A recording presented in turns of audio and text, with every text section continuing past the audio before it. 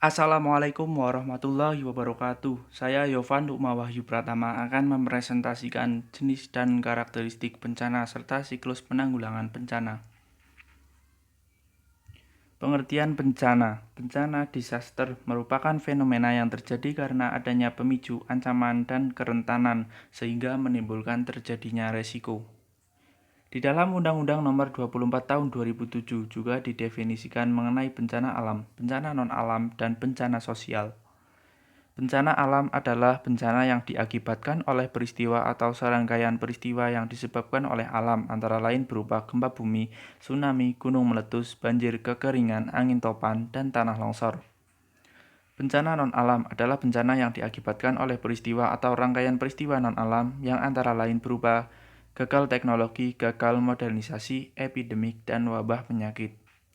Bencana sosial adalah bencana yang diakibatkan oleh peristiwa atau serangkaian peristiwa yang diakibatkan oleh manusia yang meliputi konflik sosial antara kelompok atau antar komunitas masyarakat dan teror.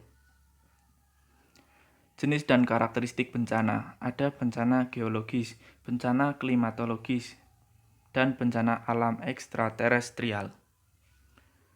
Bencana alam geologis. Letusan gunung api. Letusan gunung api merupakan bagian dari aktivitas vulkanik yang dikenal dengan istilah erupsi. Bahaya letusan gunung api ini dapat berupa awan panas, lontaran material, hujan abu lebat, lava, gas racun, tsunami, dan banjir lahar.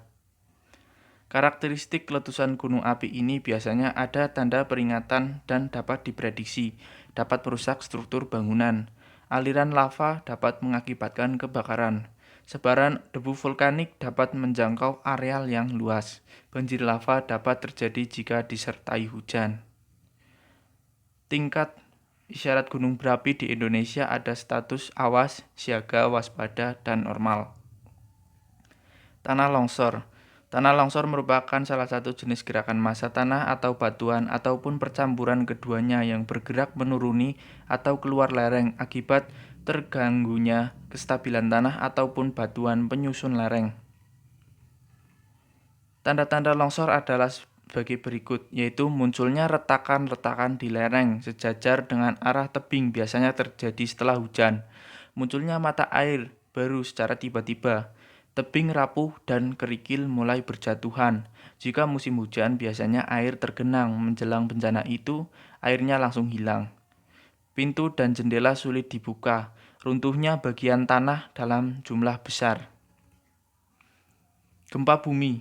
Gempa bumi adalah getaran atau guncangan yang terjadi di permukaan bumi yang disebabkan oleh tumbukan antar lempeng bumi, patahan aktif, aktivitas gunung api, atau runtuhan batuan.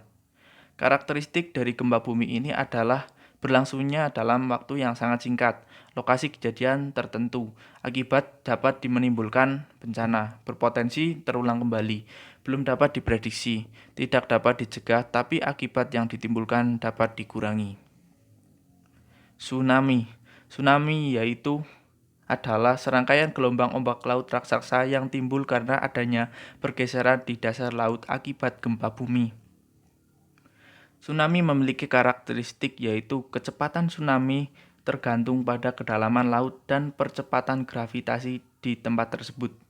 Ketinggian gelombang tsunami berbanding terbalik dengan kecepatan air, artinya jika kecepatan tsunami besar maka ketinggian gelombang tsunami hanya beberapa puluh cm saja. Sebaliknya untuk di daerah pantai kecepatan tsunami kecil sedangkan ketinggian gelombang cukup tinggi bisa mencapai puluhan meter. Bencana klimatologis, banjir. Banjir adalah peristiwa atau keadaan di mana terendamnya suatu daerah atau daratan karena volume air yang meningkat. Ada berbagai jenis-jenis banjir, yaitu banjir bandang, banjir hujan ekstrim, banjir luapan sungai, banjir pantai, dan banjir hulu. Karakteristik banjir yaitu kejadian dapat berlangsung lambat, cepat, atau tanpa peringatan. Terkait dengan musim, seperti musim hujan, dampak merusak tergantung pada tinggi air. Dapat mengakibatkan kerusakan struktur bangunan dan infrastruktur. Dapat memutuskan akses dan mengisolasi masyarakat. Badai.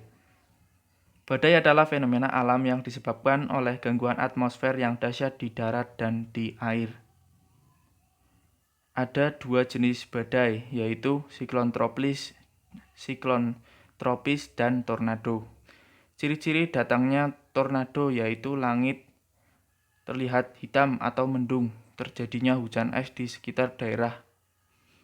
Setelah terjadi badai hujan, maka suasana akan tenang, namun langit semakin hitam dan gelap. Kekeringan. Kekeringan adalah ketersediaan air yang jauh di bawah kebutuhan air untuk memenuhi kebutuhan hidup. Ada dua faktor, yaitu faktor alamiah dan akibat ulah manusia. Kebakaran hutan. Kebakaran hutan merupakan peristiwa terbakarnya hutan, baik disebabkan proses alami maupun aktivitas manusia. Dampak yang diakibatkan kebakaran hutan antara lain kerusakan hutan, polusi udara, terjangkitnya wabah infeksi saluran pernafasan, gangguan penglihatan, dan iritasi pada mata. Bencana alam ekstraterestrial. Bencana alam ekstraterestrial merupakan bencana alam yang disebabkan oleh gaya atau energi yang berasal dari luar bumi. Bencana ini terjadi karena asteroid, meteoroid, dan komet yang melintas di dekat bumi, memasuki atmosfer bumi, dan atau menghantam bumi, dan oleh perubahan kondisi antar planet yang mempengaruhi magnetosfer bumi, ionosfer, dan termosfer bumi. Siklus penanggulangan bencana. Menurut Undang-Undang Nomor 24 Tahun 2007 tentang Penanggulangan Bencana, penyelenggaraan penanggulangan bencana adalah serangkaian upaya yang meliputi penetapan kebijakan pembangunan yang berisiko timbulnya bencana, kegiatan pencegahan bencana, tanggap darurat, dan rehabilitasi. Siklus penanggulangan bencana yaitu sebagai berikut. Tahap pra-bencana. Dalam situasi ini tidak terjadi bencana. Tahap tanggap darurat. Tahap darurat adalah serangkaian kegiatan yang dilakukan dengan segera pada saat kejadian bencana untuk menangani dampak buruk yang ditimbulkan. Tahap pemulihan pasca bencana.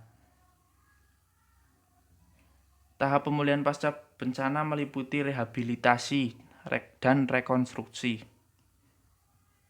Prinsip-prinsip dalam penanggulangan bencana yaitu cepat dan tepat, prioritas, koordinasi, dan keterpaduan, berdaya guna dan berhasil guna, transparansi dan akuntabilitas, kemitraan, pemberdayaan non-diskriminatif, dan non-proletisi. Tujuan penanggulangan bencana.